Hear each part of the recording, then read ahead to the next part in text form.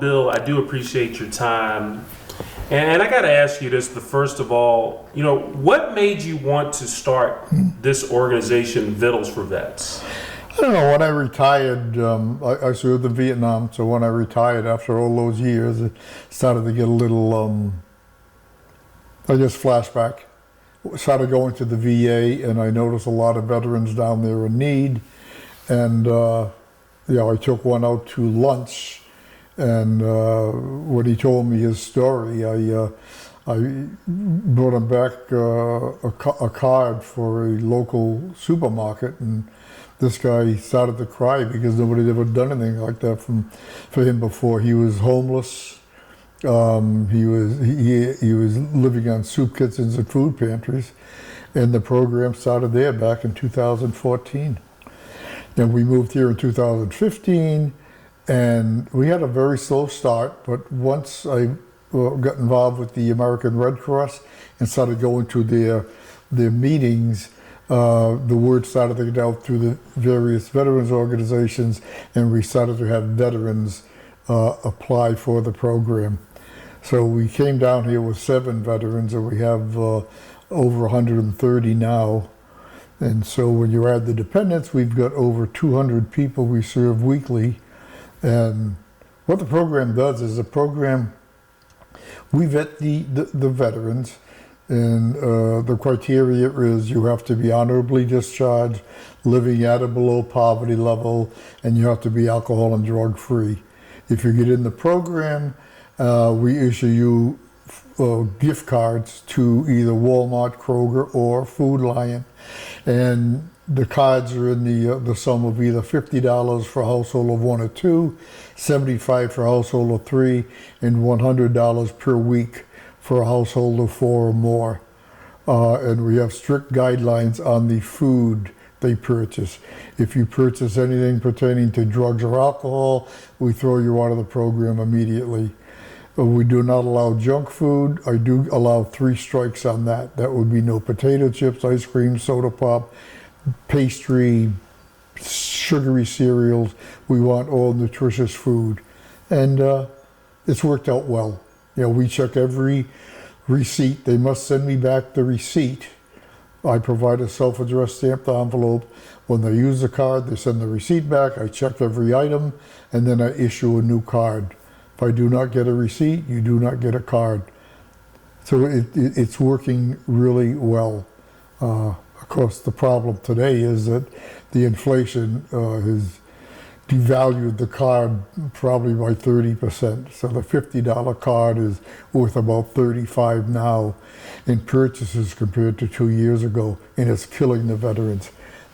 Because if you have a middle class like ourselves, like you, if you have to cut your costs, you can either give up going to the movies, you don't go out to dinner, you can give up buying the electrical item that you wanted to purchase, something electronics. But these people, they're living on the bare bones anyway. So they have nowhere to cut, and it comes directly out of the food supplies that we offer. It's difficult, it's hard. So we're working even harder now to raise money through functions and social media to try to expand and maintain and expand what we have. So. Oh, I was just letting you go on. I can keep on. I'll yeah, just keep going. on Yeah, keep going. Yeah. So for events, we have an event coming up. Actually, it's next Tuesday. This will be our 3rd year of doing it. Down in Christiansburg, the Super Bowl gives us the lane for free, and then we charge the admission for 2 hours bowling, and they even supply the shoes. And all the money raised goes to the Vittles for Vets. We are a 501c3, and 100% of the money is used for the veteran. No one takes anything. No volunteers or myself takes a penny out of the monies collected for the veteran. So 100% goes to them. And this will be our 3rd. We call it the Vittles for Vets Super Bowl Spookorama, I guess. I don't know. You've got the I got the information here. But anyway, we'll give out little prizes for the best costume for child, boy and girl, and the adults. And many people get in costume, we'll hand out candy, and it's kind of a fun night. It does get us some exposure. The children have a blast, and so do the adults. The second thing, we have just been invited yesterday, believe it or not, for Veterans Day on November 11th down to the Eastern Divide Brewery in Blacksburg. They hosted it last year for us. And what they do is they donate $1 for every drink sold to the charity for that night. Last year we made over $1,000. And so it's kind of a great night. It'll be a Friday night. You go down there, they have great food. I mean, they have really, really good food. And of course they brew their own beer. And they're going to have a band. And it's going to be great. So we're going to attract the people. They go in there.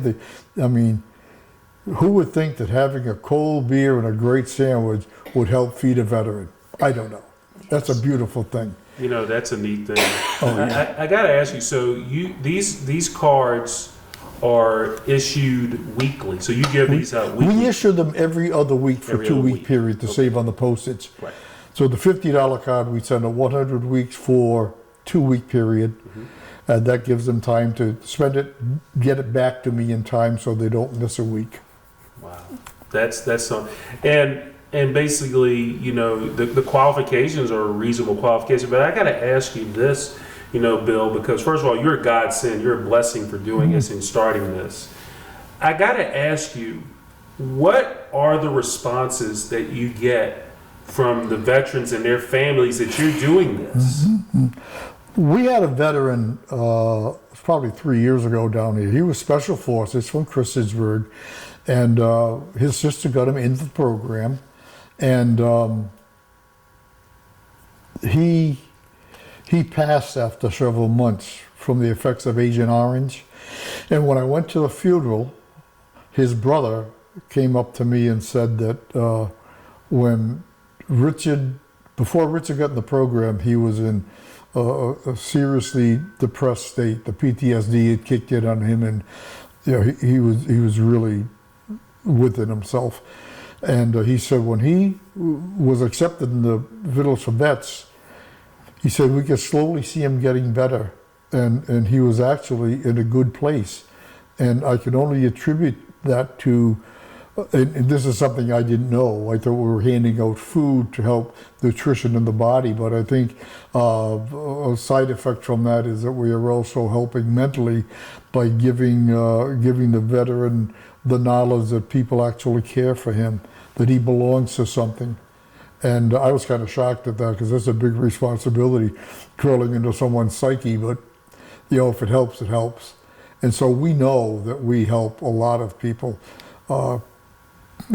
Whether we've saved anyone or not, I don't know, but I do know one very sad instance is that we took on the wife of the widow of a veteran, and the veteran had 6 children and one on the way when he suddenly passed away. And he had no insurance, the car wasn't running, they live in a very small home. And this woman home schools her children, and they had nothing. So we took them on instantly and tried to get them to a better place. So they're a little better off now. And with which I'll talk about, the Vittles project, we're going to supply Christmas gifts wrapped and delivered to the home for all the children, all 7 of them, along with the 53 others we have in the program. What's your range as far as area? What do you cover as far as, is it a Southwest Virginia? Is it the state of Virginia? We can cover the continental United States. We can, but almost all of them are in the South.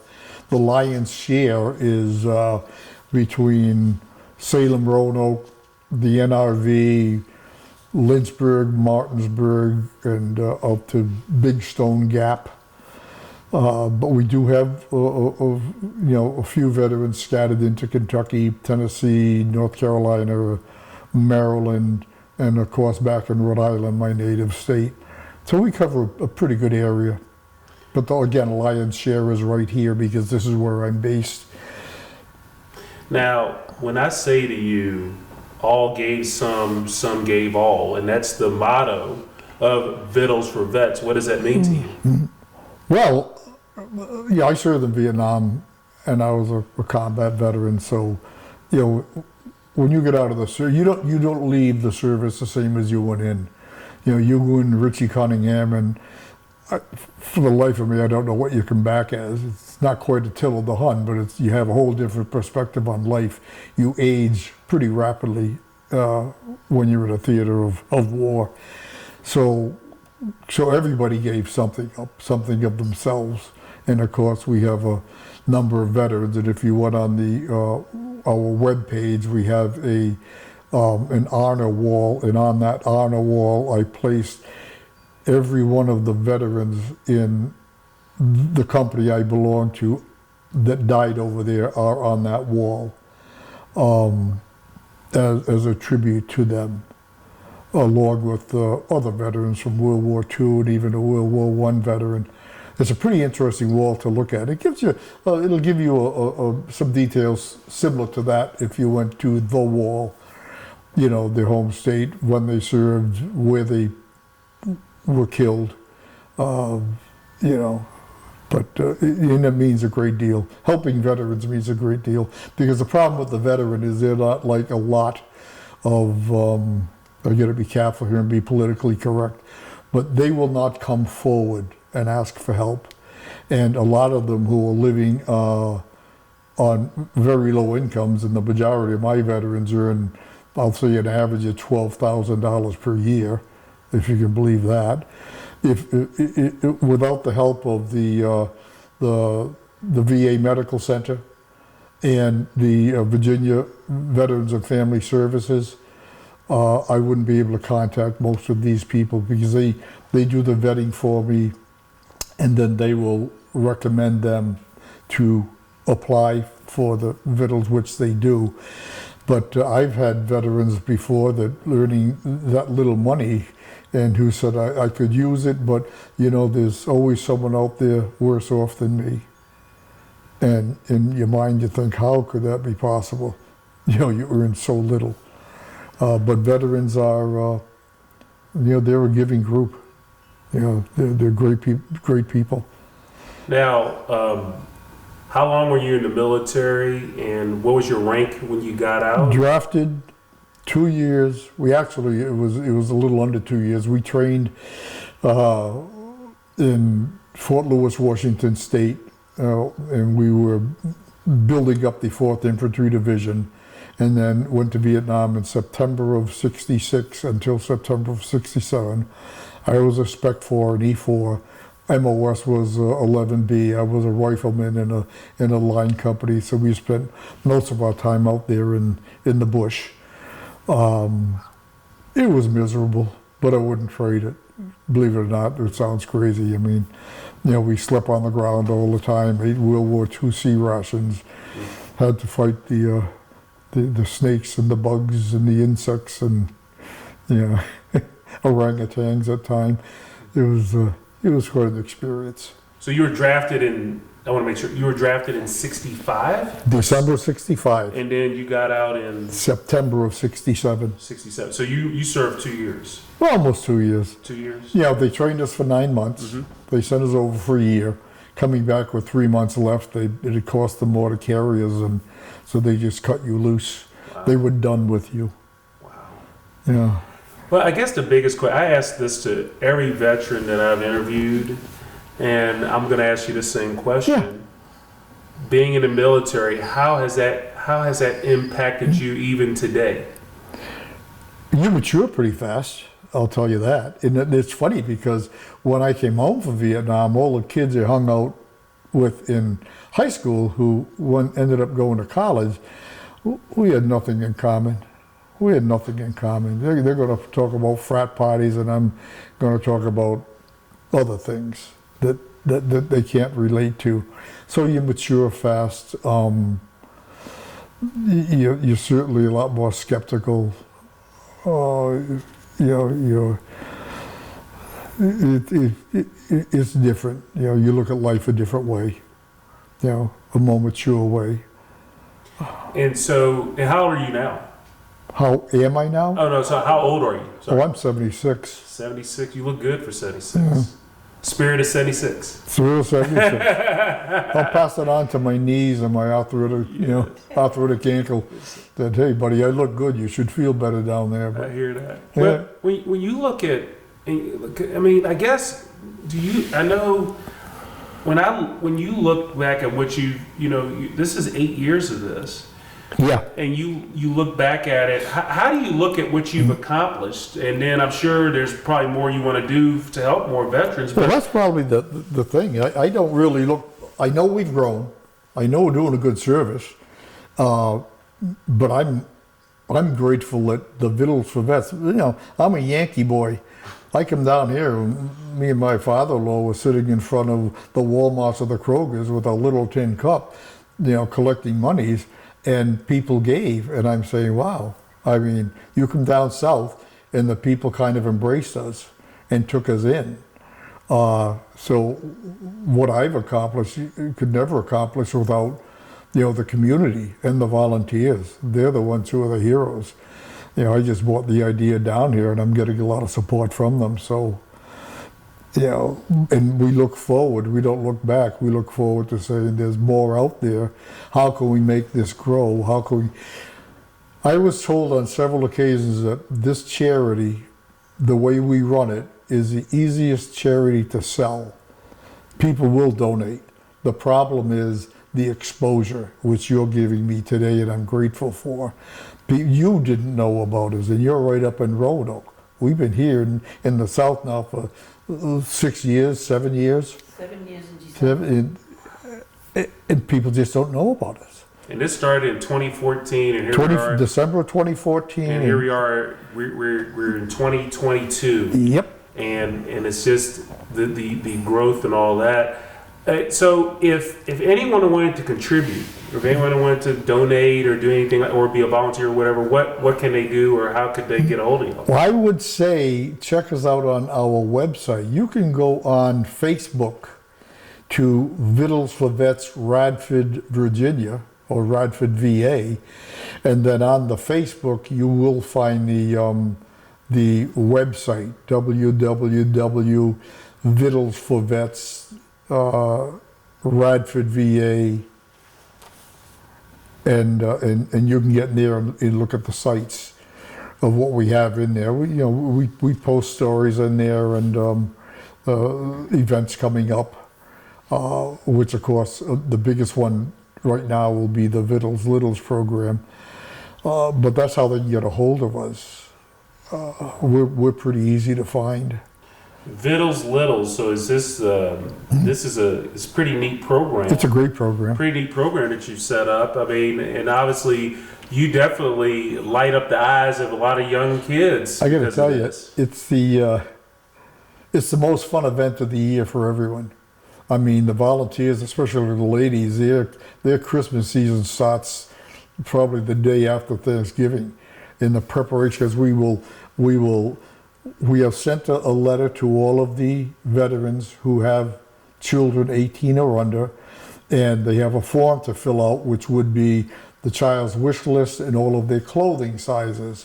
And then that list is given to a volunteer, and we have volunteers from the community who will get hold of us and say, we want to adopt a family of 3 or 4. We will buy for all of the kids. And some of them want the condition that we will purchase, we will wrap, and we want to deliver, which is great. So they can either send a check and we'll do the purchasing, wrapping, and delivering, or they can purchase the gifts, or they can purchase and wrap. They can do anything they want as long as we get the toys to the children. So if they adopt a child, they get that child. They get the list. Yeah, they get the list and of what the child wants and all the pertinent information as to the child's name and address. And they get it delivered before Christmas. We had one family in Lynchburg, and the grandfather had legal custody of the granddaughter and her child, which would be the great-granddaughter. Great-granddaughter was like 2 years old. Now, John's wife is in a wheelchair, and so we contacted him and said what we're going to do with the Vittles Littles. And one of our volunteers up in Roanoke, and he's a man about your size, he's a good, robust man. He told John, he says, if you would like, I will deliver the children's Christmas gifts on Christmas Eve dressed as Santa Claus. Well, John said, my God, they've never seen Santa Claus, and they've really never had a Christmas, and they've never had a Christmas meal. These are poor families. And he was so excited that he contacted his daughter in North Carolina, who had 4 children, and wanted to bring them up to his home just so they could meet Santa Claus for the first time. Well, we knew that. We said, well, get me their list, because we're going to make sure we supply gifts for them. Well, Mark went there on Christmas Eve with his big bag full of toys for all of the children. We have pictures of the kids sitting on his lap. And then we also gave them, as we do every veteran in the program, a $50 gift card to a supermarket for a Christmas meal. That card is given in addition to the regular weekly card. And with that card, all restrictions are off with the exception of alcohol and tobacco. If you want to buy eggnog or buy pies or whatever you want to make your festive dinner, have at it, have a good time. And so we started off with 46 children the first year, 63 the second. We're hitting 60 now, but it could grow. It could grow a little more. So it is definitely a fun event. Well, I tell you, this is, I'm reading some of this information, and I personally, Bill, want to thank you for what you're doing for the veterans, because you and your wife, hey, behind every man, there's a strong woman. Yeah. So kudos to you, Mrs. McCann. But I just want to thank you for what you're doing, and thank you for enlightening me on this, because, like I said, I didn't know. And shame on me for not knowing. And I definitely want to do what I can to get the word out. And if there's anything more I can do beyond that, I definitely would like to do that. We will take all the help we can get. I would love to have town criers in every town saying, check out Vittles for Vets, assist them in growing and supporting our veteran community, our at-risk veteran community. But and I know you're going to cut this up, which is fine, but Yeah. I'll tell you. Well, I'm going to put the entire interview attached to the story too. Oh, all right. Well, So we'll have the story itself. Yeah. But then below, I always put the full interview of what I'm doing, so they can see the full interview, but they can also see the story too. So they'll have both. Well, I want to tell you what the charity gives back. Sandra's dad lived with us, Chappie. He passed away 2 years ago, Veterans Day, correct? Yep. Sorry about that. So he was a 96-year-old veteran who served veterans and died on Veterans Day. Well, he would go out with us. He was not in a good place. He's 96 years old. You don't really have a lot left to live for. A lot of people, feel that way. Well, he started coming out with us, and he was adopted by the community. The women loved him. The bikers loved him. Everybody loved Chappie. And Hold on one sec. I honestly feel that we added quality time to his life. Oh, let me see. Did you run out of tape? Oh, no. It's just, I think the mic. No, you're fine. Just got to change the battery. The battery or just shut off. Yeah. There we go. Well, I told you I was long-winded. Oh, no, you're fine. No, you're fine. It's just the batteries died. So let me put some new What batteries. size battery? Oh, they're double A. I got some over here. Okay. Thank you, sir. Yeah, the batteries just said, you know what? We are going to conk out for a spell. There we go. Funny story, I did an interview, I don't know if it was Channel 7, and we did it live, Right. and they had another gentleman with me talking. He worked There at the you VA. And when I looked at the film later, I'm like this, looking up at the ceiling, down looking like up. I could care less. I said, oh my God, what an embarrassment. Yes, indeed. But yeah, share that story. But getting back to Chappie, it added quality time to his life. He worked with us for 3 full years. He, at 96 and 95 and 94, he was making memories rather than thinking of them. And he just had a blast. He went to New Year's parties. He went to the biker runs. He went to all of the affairs. And it was just, I don't know, it was really heartwarming that the charity was able to give that back to him. So we get as much as we give working in this charity. So, I'm sorry, go ahead. No, go ahead. No, I was going to ask, I just want to make sure I have these numbers right. So, at this moment, you help out, what's the total number of veterans/dependents that you help The out? veterans are in the neighborhood of 130. When you add the dependents, the qualified dependents, which would be 18 years or under, or the spouse, we're serving over 200 people. And So that's if I say over 200 veterans and their dependents, independents. would that be fair to say? That like would be fair to say. Okay, I just want to make sure I have that. All right. Yeah. Yep. Well, I tell you what, I'm excited to get this story on the air, and I'm excited to share your story. And like I said, you got my number, so I want you, whatever you need, or there's something coming up, or because I definitely feel like this is a calling for me to help out in any way I can, because this is important, because there's a lot of, you're right about one thing about veterans. Veterans are proud people, and they don't necessarily want to come out and say, hey, I need help. No. They're trained to be independent, act on their own, take care of business. And most of my veterans, almost all of them, the issues are medical issues. They just, their bodies just won't let them work anymore. We have one that needs a heart transplant. He actually has some kind of monitoring system, and he has to carry a battery around with him all the time to keep his heart pumping. We have the widow. We have the stories. The stories are pretty sad, so we try to bring a little light into their life. That definitely does that. All right, there we go. All right.